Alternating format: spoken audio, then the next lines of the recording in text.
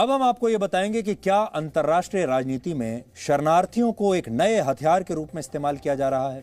आज पूरी दुनिया में शरणार्थी एक बहुत बड़ी समस्या बन गए हैं और इस समय शरणार्थियों का नया संकट बेलारूस और पोलैंड की सीमा पर है, जहां इराक और सीरिया के हजारों शरणार्थी पोलैंड के रास्ते यूरोप में प्रवेश करना चाहते हैं और अब वहां बर्फीले मौसम के बीच ये शरणार्थी अपना डेरा डालकर बैठे हुए हैं। यूरोप का यह आरोप है कि ये रशिया और बेलारूस की एक साजिश है। तो आज हम साजिशों के इस नए खेल का भी आपके लिए विश्लेषण करेंगे। अखबारों में तो आपने बहुत पढ़ा होगा इस समस्या के बारे में, लेकिन आज जानिए कि असली समस्या है क्या और ये समस्या असल में हर जगह पर है दुनिया में। इस समय बेलारूस की सीमा पर लगभग 2000 शरणार्थी टेंट लगाकर सर्दी के भयंकर मौसम में बैठे हुए हैं। ये लोग किसी भी कीमत पर पोलैंड में प्रवेश करना चाहते हैं, जो यूरोपियन यूनियन का सदस्य देश है। यानी ये शरणार्थी बेलारूस से यूरोप में एंट्री लेकर एक शानदार भविष्य की उम्मीद में है। और पिछले 10 दिनों में पोलैंड और बेलारूस की सीमा पर इन शरणार्थियों और पोलैंड की सेना के बीच 7 से ज्यादा हिंसक झड़पें भी हो चुकी हैं। आप सबसे पहले यही तस्वीरें देखिए और फिर हम आपको इस शरणार्थियों के बिजनेस मॉडल के बारे में बताएंगे।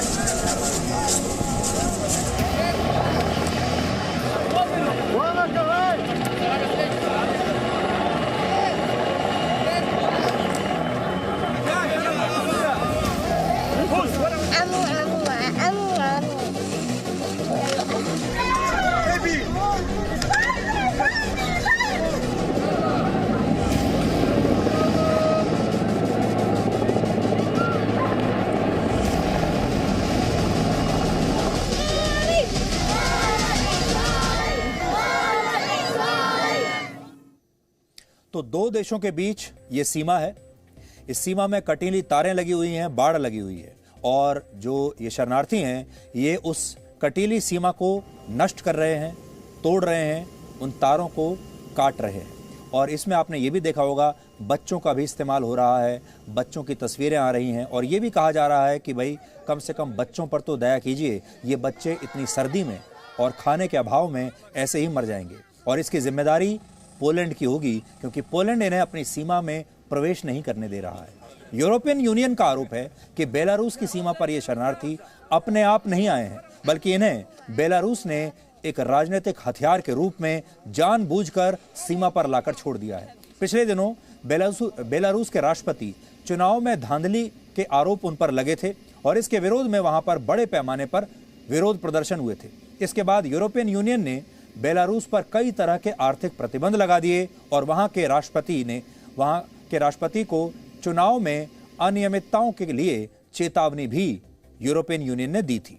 लेकिन बेलारूस ने इन प्रतिबंधों का बदला लेने के लिए पोलैंड की सीमा पर ऐसे हजारों शरणार्थियों को लाकर छोड़ दिया, जिन्हें वो खुद इराक और सीरिया जैसे देशों से ये कहकर अपने यहां लाया था कि वो उन्हें अच्छी जिंदगी देगा। यानी बेलारूस ने पहले इन शरणार्थियों को अपने यहां लिया इराक से और सीरिया से और फिर इन्हें पोलैंड की सीमा पर छोड़ दिया। लेकिन बाद में यूरोपियन यूनियन को सबक सिखाने के लिए उसने सीमा पर ये शरणार्थी खड़े कर दिए, जिन्होंने जंगलों को काटना शुरू कर दिया और सीमा पर हिंसक वारदातें शुरू कर दी। इस संकट का अंदाजा आप इस बात से लगा सकते हैं कि वहां 2000 शरणार्थियों को रोकने के लिए पोलैंड की सेना के 10,000 सैनिक तैनात करने पड़े हैं। इस संघर्ष में कई शरणार्थियों ने अपनी जान भी गंवा दी है, कई लोग मारे गए हैं, जिसके लिए अब पोलैंड की आलोचना हो रही है। लेकिन यह भी सच है कि पोलैंड ने कभी भी इन शरणार्थियों को अपने देश में लेने की ना तो कभी कोई बात कही थी, ना ही ये वादा किया था, ना ही कोई आश्वासन दिया था, बल्कि इन्हें तो बेलारूस ने एक हथियार के रूप में इस्तेमाल कर लिया है। आज से कुछ वर्ष पहले तक पश्चिमी देशों के बीच खुद को मानव अधिकारों का चैंपियन दिखाने की एक होड़ लगी हुई थी और इस रेस को जीतने के लिए इन देशों ने खुलकर लाखों शरणार्थियों को अपने यहां पर पनाह दी, जगह दे दी, शरण दे दी। आपने तो देखा होगा वो अपने आप को कहते हैं कि हम बहुत बड़े दिल वाले हैं और मानव अधिकारों की रक्षा करने का पूरा ठेका यूरोपीय देशों ने ही ले रखा है।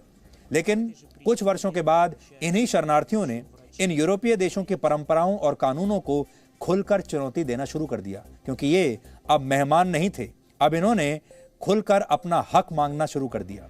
उदाहरण के लिए फ्रांस में एक समय जिन मुसलमानों को बड़ी संख्या में शरण दी गई, वो कुछ वर्षों के बाद मदरसा व्यवस्था की मांग करने लगे। उन्होंने कहा अब हमें मदरसे चाहिए, अब हमें मस्जिदें भी चाहिए और हम अपने कानून से चलेंगे। और ऐसा नहीं होने पर उन्होंने अपने बच्चों को स्कूलों में भेजना बंद कर दिया और अपने घरों में ही पढ़ाना शुरू कर दिया। जब फ्रांस की सरकार ने ऐसा करने से उन्हें रोका तो इन्हीं शरणार्थियों ने वहां कानून में बदलाव करने के लिए आंदोलन शुरू कर दिए और फिर हिंसा भी शुरू कर दी। इसी तरह जर्मनी ने भी शरणार्थियों का दिल खोलकर स्वागत किया था, लेकिन उसे भी बड़ी कीमत चुकानी पड़ी। पिछले कुछ वर्षों में वहां बड़े पैमाने पर मस्जिदों का निर्माण हो गया है और आतंकवादी घटनाएं भी पहले के मुकाबले बहुत बढ़ गई हैं। इस संकट के बाद जर्मनी को यह समझ में आया कि शरणार्थियों के प्रति उसकी उदार नीतियां कितनी खतरनाक हो सकती हैं। और आपको याद होगा कुछ समय पहले की ही बात है जब नए साल का जश्न मनाया जा रहा था और यही शरणार्थी जो हैं वहां पर सड़कों पर उतर आए और इन्होंने महिलाओं के साथ बहुत दुर्व्यवहार किया था। पूरी दुनिया में परमाणु हथियारों को सबसे खतरनाक हथियार माना जाता है। वर्ष 1945 में दूसरे विश्व युद्ध के दौरान जब अमेरिका ने जापान के हिरोशिमा और नागासाकी पर परमाणु बम गिराए थे तो इन हमलों में लगभग 1 लाख लोग मारे गए थे। पॉइंट यहां पर यह है कि उस समय अमेरिका के परमाणु बम ने लाखों लोगों की जान तो ली, लेकिन यह परमाणु बम जापान को नहीं तोड़ पाया था।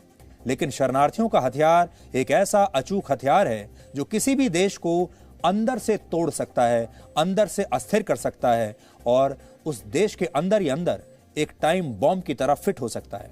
ये बात आज भारत को भी समझने की जरूरत है। आज से 1 दशक पहले बड़ी संख्या में रोहिंग्या मुसलमान बांग्लादेश और म्यांमार से भारत में आ गए थे। बाद में जब सुप्रीम कोर्ट ने यह कहा कि इन शरणार्थियों को वापस भेजा जाए तो लोकतंत्र और धर्मनिरपेक्षता के नाम पर हमारे ही देश के बुद्धिजीवी, NGOs और विपक्षी दल इसका विरोध करने लगे। ये कहा गया कि बेचारे शरणार्थी आखिर कहां जाएंगे, अब तो उन्हें इसी देश में रखना होगा। हमारे देश में भी अगर आप देखें तो अवैध शरणार्थी चारों तरफ से हमारे देश में आते हैं। श्रीलंका से आते हैं, अफगानिस्तान से आ रहे हैं, पाकिस्तान से आ रहे हैं, बांग्लादेश से आ रहे हैं, म्यांमार से आ रहे हैं और बाद में इन शरणार्थियों को आप यहां से निकाल नहीं सकते।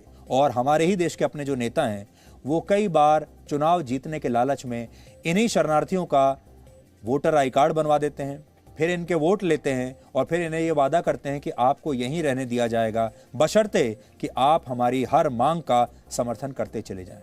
क्या भारत, क्या अमेरिका और मैक्सिको का बॉर्डर, क्या यूरोप के देश, हर जगह यही समस्या अब आ रही है। और आने वाले दिनों में जो बड़े बड़े देश हैं जब वो दूसरे देशों के प्रति साजिश करेंगे तो इसी तरह से करेंगे जो बेलारूस ने पोलैंड के साथ इस बार किया है। सीमा पर हजारों शरणार्थियों को छोड़ दिया और अब समस्या यह है कि आप उन शरणार्थियों पर बम और गोलियां तो चला नहीं सकते क्योंकि उनसे उनकी मृत्यु होगी। फिर पूरी दुनिया का मीडिया एक बार आपके खिलाफ खड़ा हो जाएगा, मानव अधिकारों के उल्लंघन का आरोप लगेगा और कहा जाएगा कि आप इन्हें अंदर प्रवेश क्यों नहीं दे देते क्योंकि ये छोटे छोटे बच्चे हैं। Presenting B News app available on Google Play and App Store. Download it now.